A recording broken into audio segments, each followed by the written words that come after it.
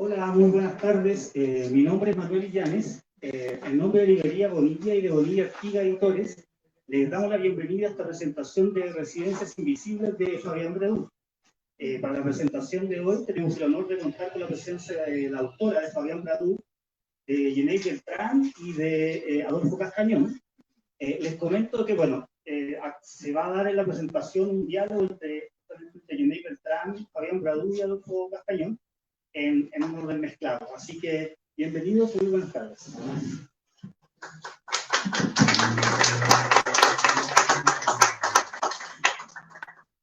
Buenas tardes. Le agradezco mucho a Fabián por esta invitación para comentar Residencias Invisibles. Me dio mucho gusto porque siempre he disfrutado mucho la prosa de Fabián, sus ensayos leídos a lo largo del tiempo. No solo son gratificantes, sino que siempre son desafiantes porque tiene una extremada curiosidad intelectual que lo ha llevado a escribir de una galaxia o varias galaxias de escritores y obras. Primero, querría nada más apuntar que este es un libro azaroso, en el sentido de que es una recopilación de textos de origen diverso. Algunos han sido textos escritos por encargo o que han surgido a partir de coyunturas inesperadas, y otros son muestra de devociones reiteradas y particulares de la autora. El título es revelador, puede parecer transparente en el sentido de que podamos pensar que Residencias Invisibles se refiere a la casa que se construye con la conversación de los libros, con el habitar permanentemente la casa de la literatura, y que al ser lugares que no están hechos de paredes, tienen techos de muebles y tampoco se paga renta con una hipoteca por este tipo de lugares, por la ventaja de que son invisibles en el sentido de que la mutabilidad de los intereses a lo largo del tiempo de la autora lleva a la condición de un título en plural, que eso es lo que me interesaría resaltar de manera significativa en este punto. Es pues la voz literaria de Fabián Bradú, una voz que ha sabido construir residencias para su amplia y fogosa curiosidad intelectual en numerosos lugares, tantas como las nacionalidades de los autores sobre los cuales hablaba, y cada nuevo ensayo en que nos trae a los lectores hispanohablantes un autor de lengua francesa, o cada traducción de un autor de lengua española que le advierte francés, es un espacio móvil, acogedor y tan invisible así como el soplo de una palabra, pero tan concreto como el papel en que el libro se haya impreso. Quizás sea un lugar común decir que Fabián habita dos mundos, Francia y Latinoamérica, no solo México. Recordaba una frase de Carlos Monsiváis: pertenezco a la primera generación de norteamericanos nacidos en México. Esa frase desde hace tiempo me ha resultado un eco a veces pernicioso por la deriva que implica el predominio de la referencia de la cultura literaria norteamericana, sobre todo en la formación de las nuevas generaciones de escritores, en mucho de narrativa en México. No diré yo, pues, que a diferencia de Monsiváis o una suerte de anti-Monsiváis, Fabián sea o pertenezca a una primera generación de franceses nacidos en Francia, de mexicanos nacidos en Francia, porque ella va y viene, trae y lleva. Un solo pasaporte le es escaso. Ella trae a Francia con nosotros y lleva a México a las fronteras interiores de Francia. Creo que ella es la evolución superior del destino francesado de la Latinoamérica del siglo XIX y buena parte del XX. Si pensamos en términos de que en este aspecto destaca como ensayista y como traductora, interesa preguntarme lo que hay detrás de esa vocación de traer y llevar, más allá de más allá de que sea resultado de una vivencia o de las coyunturas de su vida.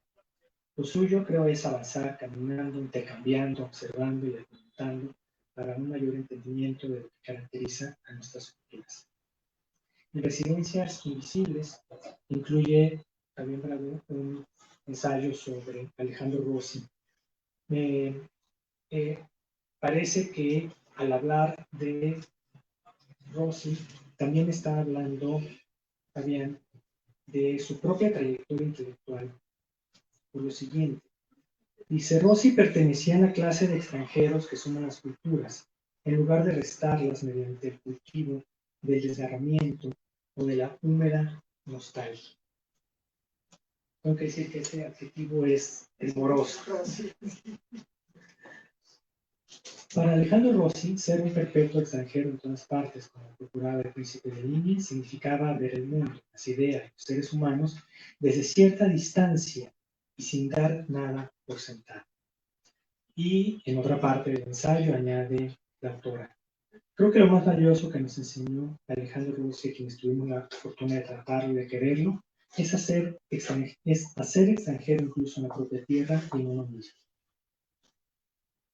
Esto me lleva al cuestionamiento que me hago yo al leer a Fabián Bravo, ensayista. Es que yo identifico una protagónica humildad. La protagónica humildad del ensayista es el extranjero que busca entender dónde tiene puestos los pies luego de cada mudanza.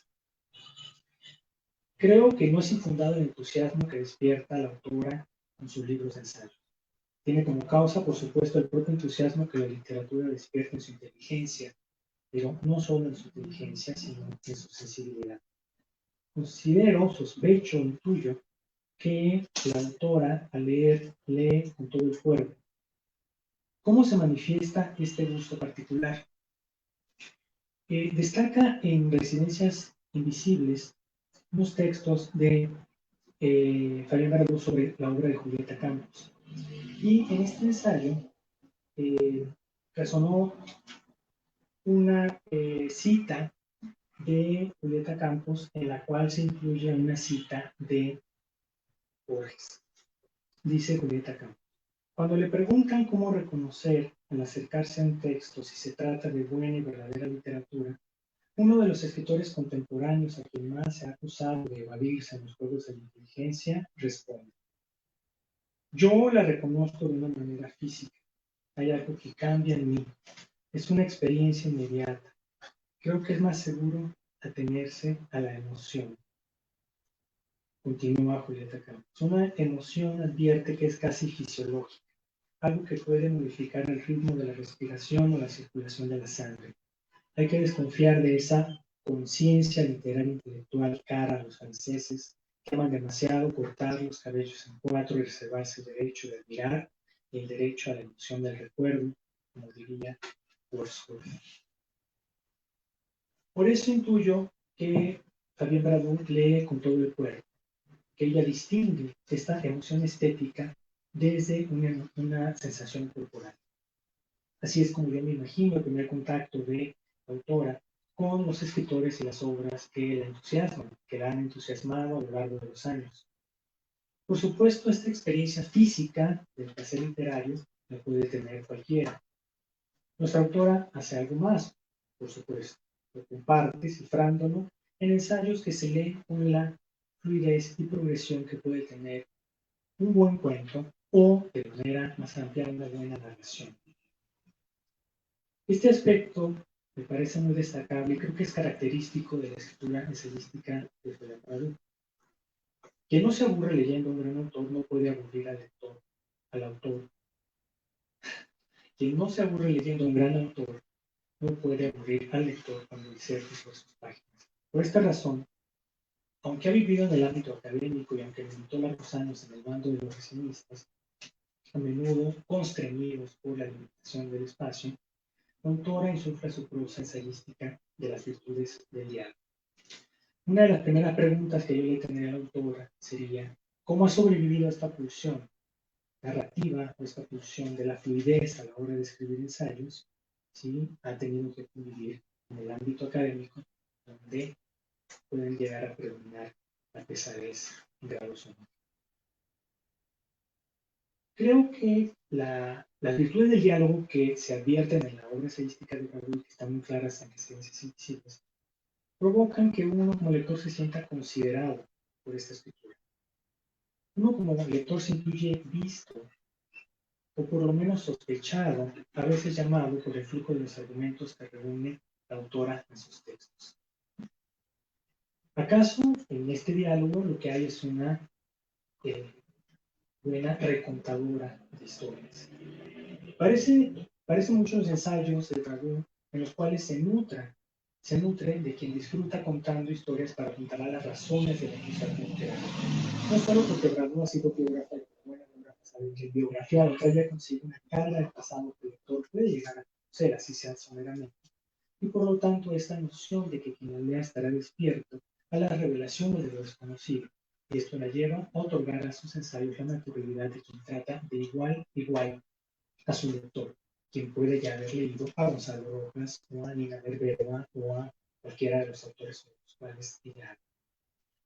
Hay otro elemento que considero importante en Residencias Invisibles. La ensayista deja escuchar la voz de los autores con los cuales habla. Sé que esto puede sonar tópico, pero lo más común que en un ensayo se cita, a veces más, a veces menos, a veces pertinente, a veces impertinentemente. En ocasiones, esto solo es mero afán de erudición o una voluntad de llenar papeles con citas ajenas a falta de propios. Pero no he dicho que Bradbury solo cite a sus autores, sino que deje escuchar su voz. Como ejemplo, puedo aducir el ensayo que dedica la autora al libro Los subrayados son míos de Nina Verberova. Este es un ejemplo, creo yo, magistral de cómo acompañar un libro mientras se diserta sobre él. Es un flujo tan espontáneo el que guía la mirada de Bradbury por el libro de Verberova, que no solo volvemos a vivir la experiencia de leer a la autora rusa, si la hemos leído, sino que esa lectura se enriquece por las pautas en que se detiene y sobre las que reflexiona el ensayista. Hay aquí un doble movimiento entre la hospitalidad ante la autora al que se habla y la humildad ante el lector que está leyendo. Esto otorga residencia en sus páginas a las páginas de Nina Verberova al mismo tiempo que crea un nuevo texto, un ensayo que trastoca nuestro recuerdo de la lectura previa, lo alimenta con nuevas perspectivas y, si no se ha leído a la autora rusa, por supuesto que atiza el deseo de leer. Quería cerrar esta participación y abrir el deseo de preguntarle a nuestra autora, concretamente con algunas de las reflexiones que tiene sobre Julieta Campos. Creo que este es uno de los ensayos más valiosos de Residencias Invisibles. Por lo siguiente, dice la autora, a Julieta Campos se le estima con demasiada prontitud como una escritura cerebral, reservada y distante, que difícilmente suelta las riendas del entusiasmo o de la confesión.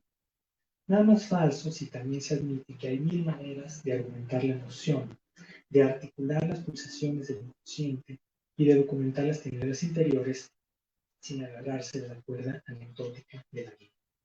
Sospecho que también en la escritura ensayística de David Bradbury existe este impulso de argumentar la emoción, de articular las pulsaciones que están detrás de la lectura y la frecuentación de los libros de los cuales se ha hablado. Hay una cita que incluye de Julieta Campos aquí en este libro que es de Bradbury. Con eso que nos desborda, escribimos sobre libros que han escrito otros. Damos cuenta de las incidencias de otros universos en el nuestro. Mi interés en dialogar con Fabián Bradbury tiene que ver con esa posibilidad de articular un tipo de ensayo donde en efecto se argumenta la emoción, se comparte un diálogo con el lector, se le trata como un igual, pero al mismo tiempo se permite de todas maneras identificar que hay algo que desborda a la ensayista. Afortunadamente estos textos son muy variopintos, tienen esa cualidad que suele resultar muy atractiva para los escritores, o concretamente los ensayistas, y que viene por supuesto, no solo del conocimiento previo que tiene uno de la obra de la autora, sino de las propias riquezas que se encuentran en sus páginas. Ya para terminar, hay una afirmación que hace Fabián Bravo en su ensayo sobre Julieta Campos.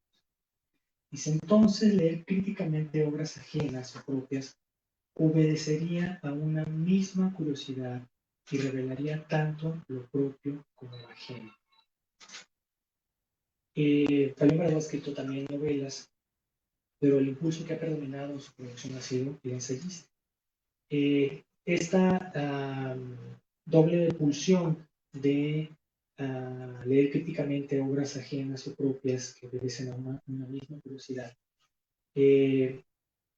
revela muchísimo de los autores sobre los cuales habla ella, pero también revela mucho de esa humildad protagónica del ensayista. Muchas gracias, Fabián, por este libro.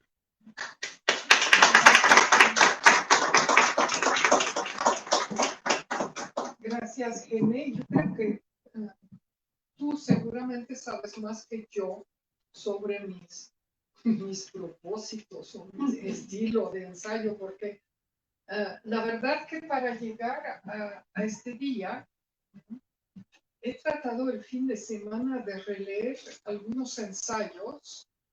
Tengo una muy mala memoria y la verdad que no me acuerdo de lo que yo escribo hasta tiempo después, ¿no? Y es una lectura que hago de mí misma como si estuviera leyendo a otro autor. Realmente no es una actitud fingida y eso lo permite la mala memoria. No es exactamente el olvido, ¿no? Claro, si me preguntan si he escrito sobre Alejandro Tosi o Julieta Campos, digo sí, pero ¿qué dije de ellos? No. Y entonces sucede esa cosa rara de sentirse no fraccionado, no es grave, no es triste ni nada, sino de leerse como otro. Y esto es, por lo que te escuchaba decir, seguramente una cosa que se percibe y que es un poco la condena o el destino de los que vivimos entre dos mundos, ¿no? O sea, estar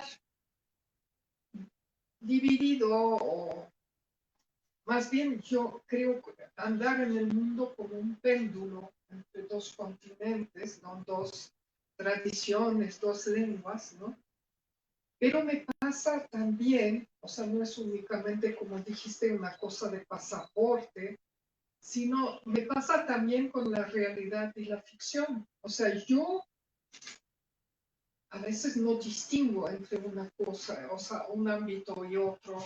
Es decir, si habito esas residencias invisibles que describe Marguerite Yourcenar como los libros que va ella escribiendo, yo habito realmente lo que estoy leyendo, los autores que estoy leyendo, y por lo tanto quizá percibas esa emoción, pero yo formo parte de la gente que ansia en el día regresar en la noche a la cama con el libro y volverse a meter al mundo que cuenta el libro, habitarlo realmente, ¿no? Y no pasar por encima o enterarse de una historia nada más que se cuenta, sino vivirlo. O sea, esa manera de habitar es vivir, lo cual produce también ciertas distracciones en mí que no son agradables para los demás, tal vez. Bueno, en todo caso, lo que he aprendido con tantos años fuera, ya he pasado más años en México que en Francia, y lo que he aprendido es el odio a las fronteras. O sea, eso tanto esa frontera de la que acabo de hablar entre realidad y ficción, ¿no? Y yo me la salto con singular alegría, ¿no? como las fronteras de países. Entonces, ¿qué somos ahora los que hemos emigrado, los que vivimos así entre dos identidades? Yo siempre, cuando pienso en eso, siempre recuerdo a la tan entrañable Mariana Frank-Westphal, que ella me decía, además de haberme atribuido el adjetivo de, ¿cómo me decía? De la sororidad, que yo era su especie de hermana, nada más que ella tenía 100 años y yo todavía mucho, la mitad de sus años, ¿no? Pero ella me decía, las culturas, las nacionalidades, no hay que restar, sino siempre sumar para que seamos más, ¿no? Y pienso que olvidar o repudiar las fronteras es una manera de crecer. Sí, o me gusta verlo así, a lo mejor no he crecido nada. Y tienes razón, Genei, en apuntar que a través del ensayo sobre Alejandro Rossi y sobre todo el tema de la extranjería en él, ¿no? Tanto en su obra como en su vida, cuántas veces lo hemos hablado y Alejandro era especialista en emitir sanciones. O sea, si has pasado más de 8 años en un país que no es el tuyo, entonces es el momento de nacionalizarse, ¿no? Y él se demoró 40 años en nacionalizarse mexicano, que él decía al final por coherencia en mi vida, ¿no? Pero a través de o más allá de la anécdota de ser extranjero, es una postura de vida, ¿no? De una visión del mundo. Siempre estar un poco al margen de lo que es el lugar, de lo que es la tradición, de sentirse a la vez que pertenece y que no, está al margen, ¿no? Es una fatalidad que a fin de cuentas creo que me gusta, ¿no? No la vivo dramáticamente, no para nada, ¿no? No soy de las personas que dicen, ay, atrae más un lado que el otro, ¿no? Porque a veces hay refugios, ¿no? Que pueden parecer cobardías también, es decir, total, yo no soy de aquí y lo que pasa no me debe atañer muy de cerca, ¿no? Pero es una manera también de, si ya puede llamarse cobardía, pero es una manera de tomar distancia frente a todo. Todo, que veo que se opone a lo que acabo de decir, de habitar a los autores, habitar sus obras, ¿no? Y se habló, Genei, de humildad protagónica, que no sé qué quiere decir si soy narcisista, obviamente, como cualquier persona que escribe, ¿no? Pero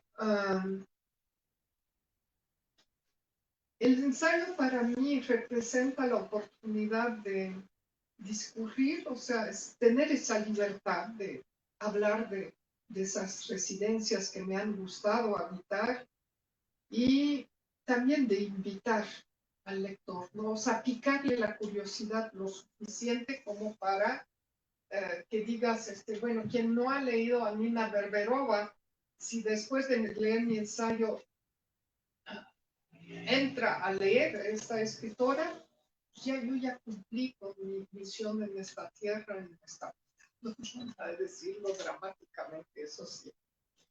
Y eso es, siento, el objetivo central de mi ensayo.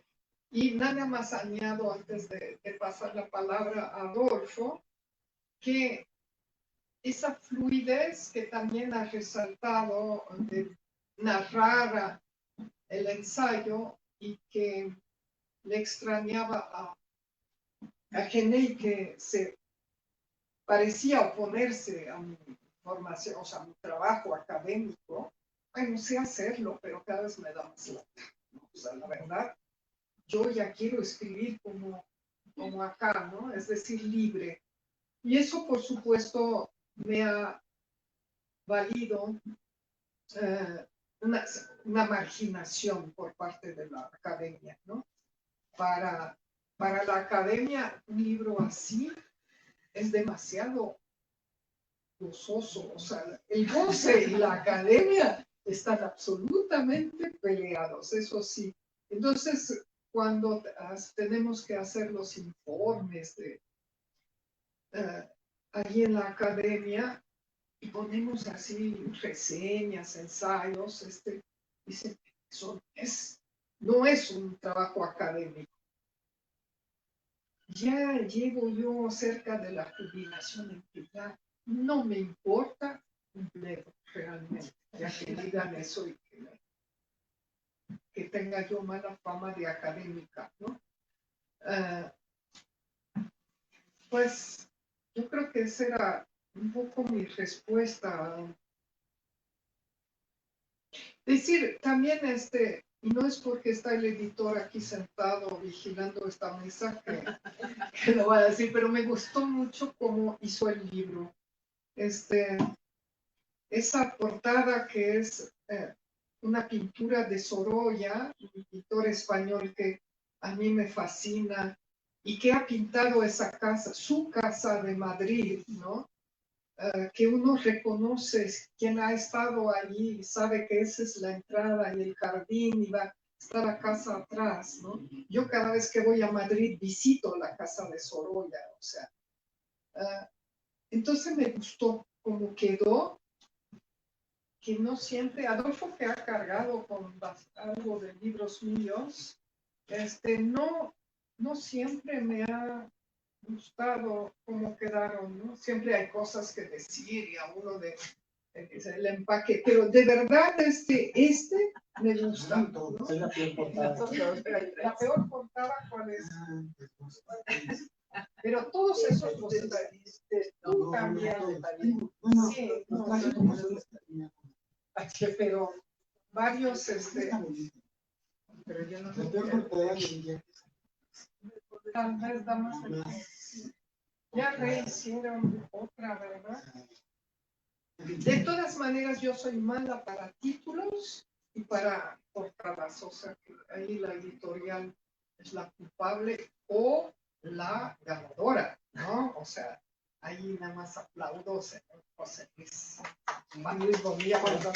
La verdad, como usted me hizo un libro a partir del material que ya entregué al editor ejecutivo, no sé cómo se llaman, productores y productores ejecutivos, ¿no? Que fue Adolfo. Y antes de que hable Adolfo, quiero decir que la amistad que yo tengo con Adolfo es prácticamente data de mi llegada a México. Estábamos juntos, entramos allí a la UNAM y gracias a Huberto Batis, que en ese entonces era el director de ese Centro de Estudios Literarios en la UNAM, y teníamos entre Adolfo Castañón, Guillermo Sheridan, Pancho Hinojosa, Jaime Moreno Villarreal, y Fabio no estaba, no. Jaime Moreno Villarreal, yo, un taller que se ha vuelto un poco legendario en la pequeña historia literaria. Y yo debo un poco lo que sé de literatura mexicana en París, no nos enseñan nada, o sea, los libros no los conocemos, etc. Gracias a ese grupo yo aprendí, me introduje un poco. Y con Adolfo en especial soy deudora de... Tuvo la paciencia en mis primeras notas para la revista de la universidad o la revista Vuelta, que voy a contar una anécdota, pero me estoy extendiendo. Tuvo la paciencia de sentarse conmigo y de enseñarme cómo se escribe en español. Entonces, si hay algo de fluidez en mi prosa, pues el origen está aquí en Adolfo, a quien pues agradezco públicamente porque no la gente toda lo sabe.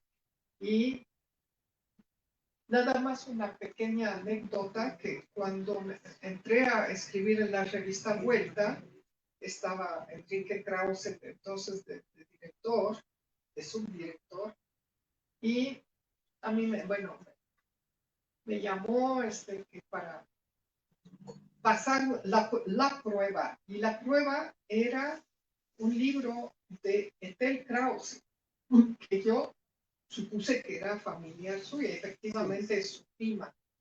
Y le dije a Adolfo, mira, ese libro no me gusta nada, pero es la prima de Enrique, entonces, ¿qué hago? ¿Digo la verdad de lo que pienso de ese libro? O no me contratan, ¿no? Porque voy a atacar a su prima. Y Adolfo también allí me ayudó a corregir un poco esa nota. La llevé un poco temblando a Enrique Krause, y leyó y me dijo, muy bien, es lo que yo pienso también. Bueno, ya pasó, no pasó el micrófono a Adolfo.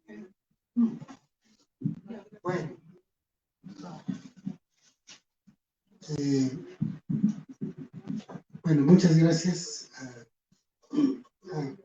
Muchas gracias, muchas felicidades, querida Fabián, por la publicación de Residencias Invisibles, a Yeney, y a Juan Luis Bonilla, a los presentes.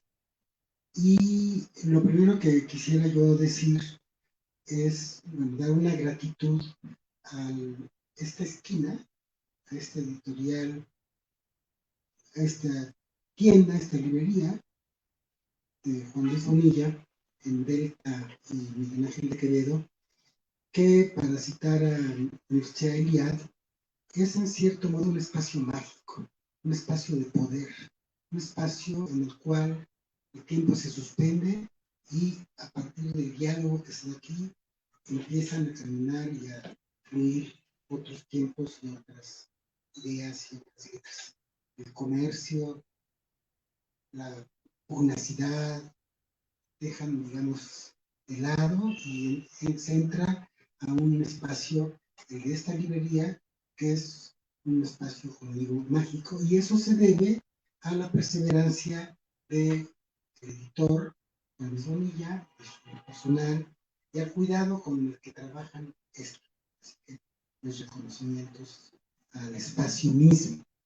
Y también un reconocimiento a que ellos, a que Juan, cuando se me dio el premio Villaurrutia con el viaje a México, me invitaron a publicar una colección y me tardé como un año en decidir, y decidimos que fuera esta.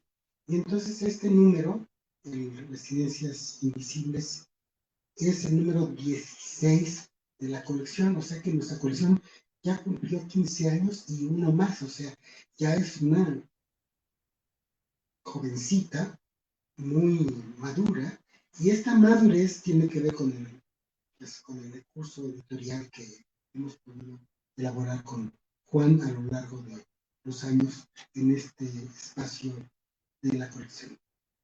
Y específicamente, ya regresando a Residencias Invisibles,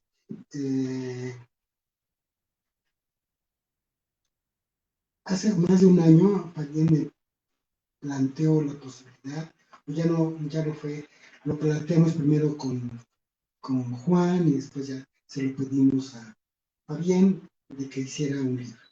Y hizo este libro, que es un libro misceláneo, como ya se dijo más o menos, en el cual hay una aquí, una en medio, una allá, hay el universo hispanoamericano, el universo francés, el universo europeo, y hay unos temas que tienen que ver con la traducción.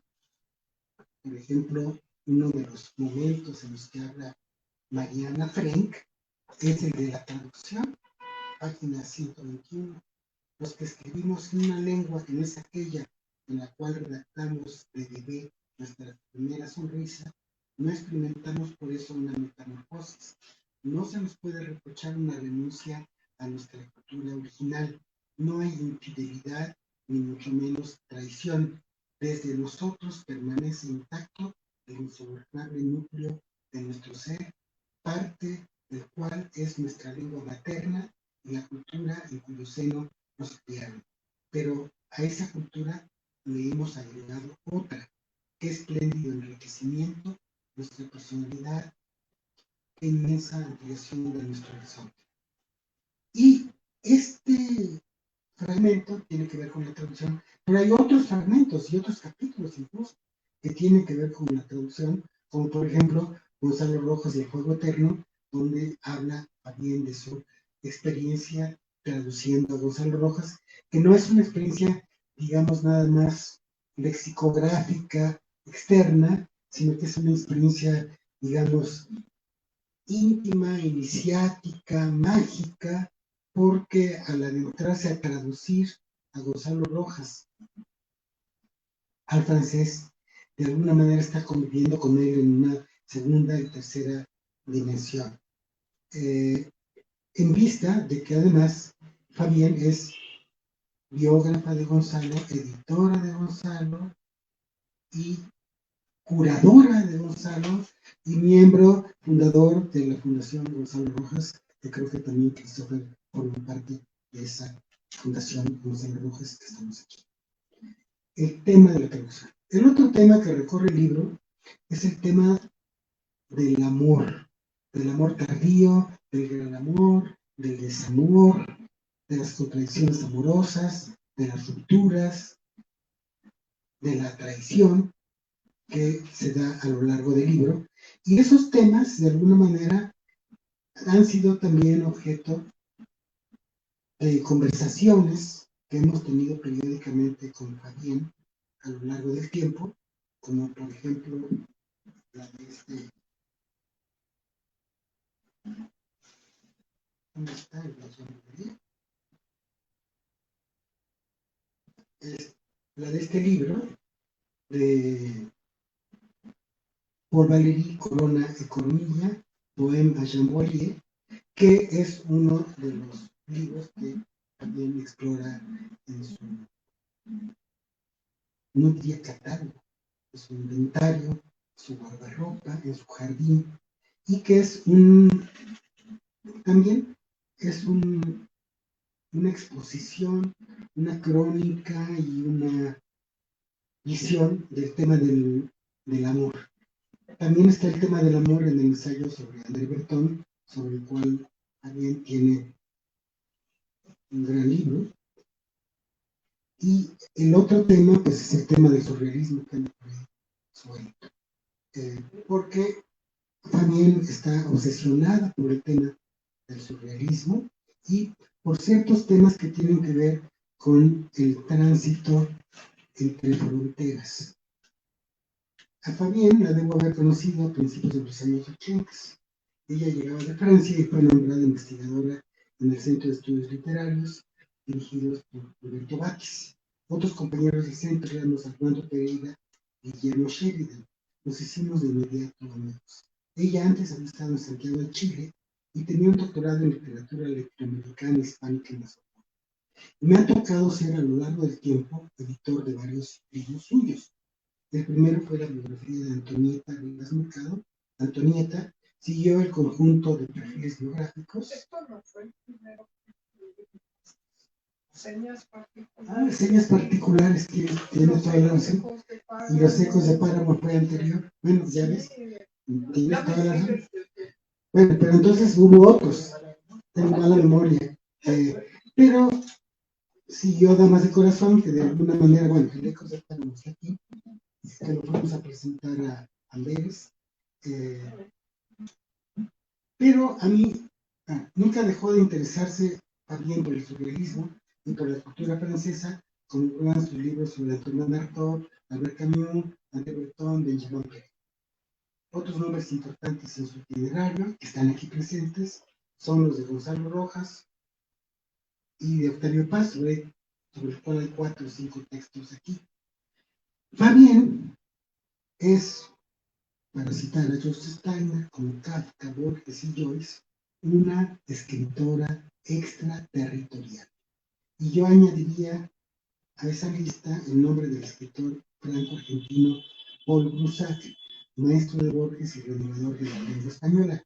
Y esta extraterritorialidad no solo es de territorios, sino también, digamos, de géneros. A su modo elegante y terso, también Fabienne ha sido una renovadora con sus audaces narraciones eróticas. El tronco central de su gusto literario gira, sin embargo, en torno a la biografía, su teoría y práctica. Y es una de las pocas personas que conoce la obra completa de André Maurois, cuya edición yo también tengo. Ha escrito sobre Manuel Álvarez Bravo, Graciela Iturbide y María Baranda. Nuestra extraterritorial es también una viajera entre países y géneros. Yo tengo una pregunta, que es, ¿por qué, habiendo tenido tan cerca a Marguerite Yourcenar, no hubo un ensayo sobre Marguerite Yourcenar? Dado que además yo diría que Fabienne Yourcenar todo el tiempo está haciendo este tipo de elaboración que es muy afín al de la autora de las memorias de Adriano y de Opus Nihil. Somos amigos y tenemos muchos amigos en común, algunos están aquí. Hemos hecho libros juntos, por ejemplo, este libro de Gilles Vigneault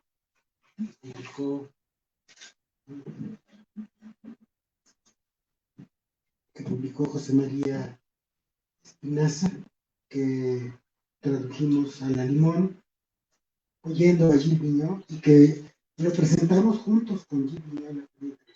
No llegó. Sí llegó. No, ¿te acuerdas? Yo no lo conocí. Tenemos No me acuerdo. No, bueno. Estamos empezando y ya se nos olvida. En todo caso, lo tradujimos. Gilles Vigneault tiene una casa en Barra de Navidad y fuimos a cenar con él después de la... No, Barra de Navidad no, pero en la Feria del Libro de Guadalajara fuimos a cenar con él, nos presumió su casa y justamente creo que no había podido llegar a la presentación, eso sí. Él no llegó a la presentación, pero sí fue a la cena y ahí platicamos.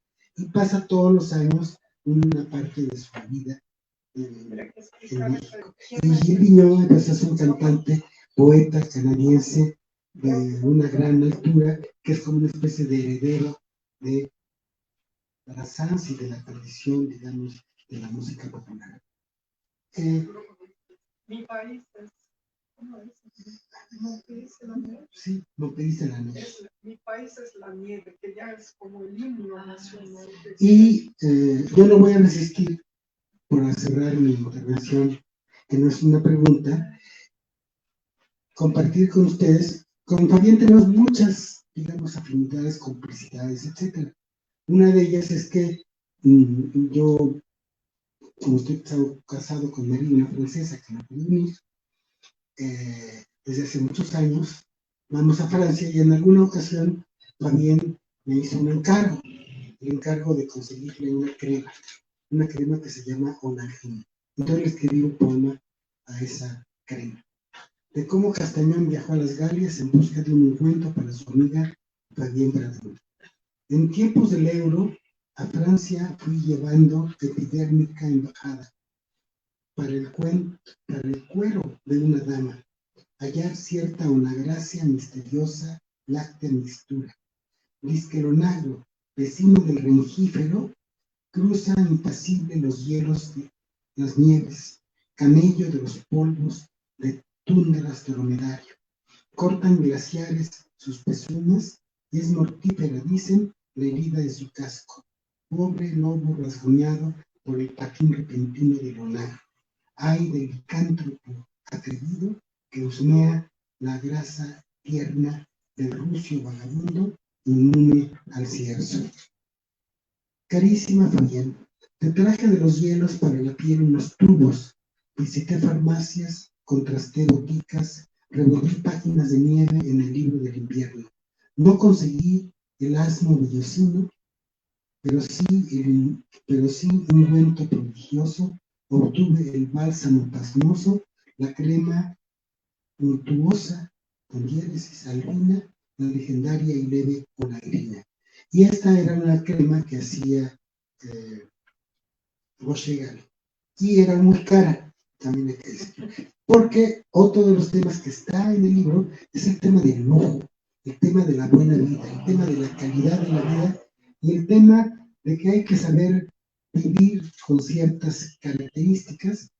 Y ayer hablaba yo con Fabián de esta presentación y yo le decía que es un libro muy hospitalario, porque en este libro están presentes los amigos de ayer, de hoy, de mañana. Está presente Álvaro Mutis, está presente Gonzalo Rojas, Alejandro Rossi, pero está presente también todo un universo de literatura que nos ha reunido a comer y a convivir a lo largo del tiempo. Entonces, reitero mi pregunta, Fabián, ¿por qué no hay un ensayo sobre la institucional?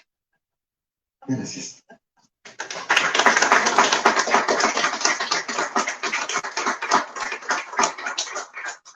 Es curioso que trajiste este poema porque ahora que en diciembre que fui a Francia, busqué la crema Olagrina y ya no la fabrican, ya no hay.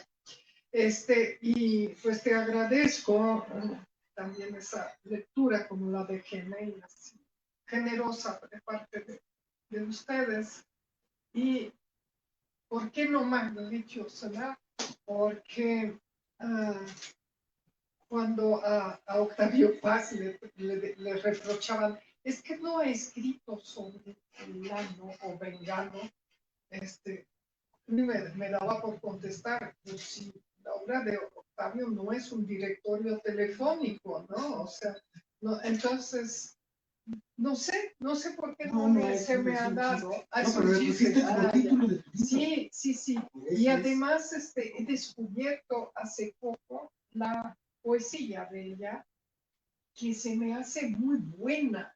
Los que no conozcan la poesía de Margaret Yourcenar, asúmense, a mí se me hizo una poeta buena. Pero en cuanto a la memoria, te juro que no me acuerdo que cenamos con Silvio Paz. Y hay allí, porque veo a Paloma, incluye aquí el ensayo que dediqué a Manuel Ulacia, hermana de Paloma, que cuando murió, yo, aparte de la tristeza, yo dije, pero es que se perdió la mitad de mi memoria. Habíamos ido juntos a la India, a Nepal, a Tibet, a Bután, ¿no? Y entonces murió un año después, ¿verdad, Manuel? Y entonces mi primera reacción era, ¿y con quién voy ahora a compartir mis recuerdos? ¿Y quién va a venir a llenar mi memoria? Como yo creo que los amigos que tenemos de muchos años, en eso nos ayudan, ¿no? Como Adolfo que me dijo, cenamos con Gilberto. Yo no me acuerdo. Entonces, gracias por llenar mis huecos, ¿no?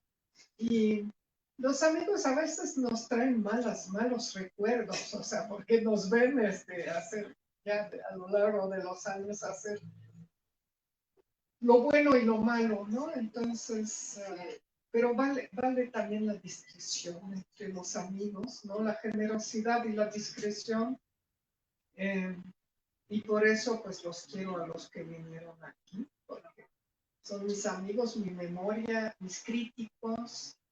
Y cuando leí el prólogo al libro que escribió Adolfo, le llamé y le dije, ¿de verdad piensas eso de mí? O sea, ¿todo lo que escribiste lo piensas? Me dijo, sí. Ah, bueno. Tiendo a creer que cuando comentan para bien, no solamente un libro, sino un poco mi estilo de escribir, ¿no? Pienso que hay un poco de mentira, ¿no? Pero no, tú me dijiste que sí era cierto, ¿verdad? Bueno, entonces gracias por haber estado conmigo. Esas son las amistades, los amigos. Y Yo cierro con una pregunta de Fabián que dice, ¿qué hay en la poesía de María Baranda que nos hechiza, aunque nunca acabemos de entender la naturaleza del hechizo? Fabián.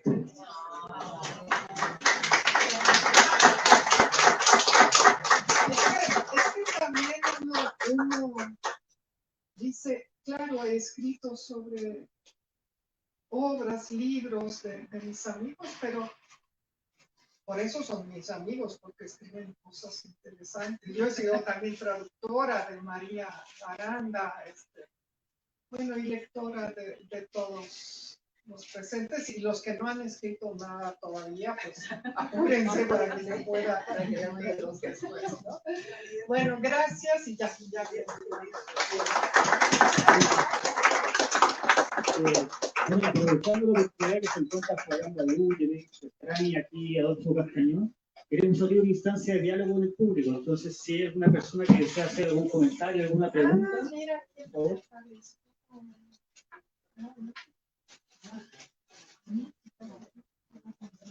Creo que no. No, ya nos hemos dicho tantas veces todo. Agradecemos Gracias. entonces a Fabián Bradú, a Yanek Bertrán y a Adolfo Castañón por esta presentación de Residencias Invisibles, también al público presente. Hay ejemplares del libro acá disponibles por si alguien desea comprar alguno, y queremos ofrecer también vino y cóctel.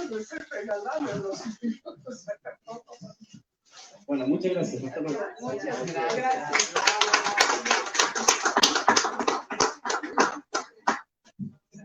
Señor fotógrafo, ¿dónde está?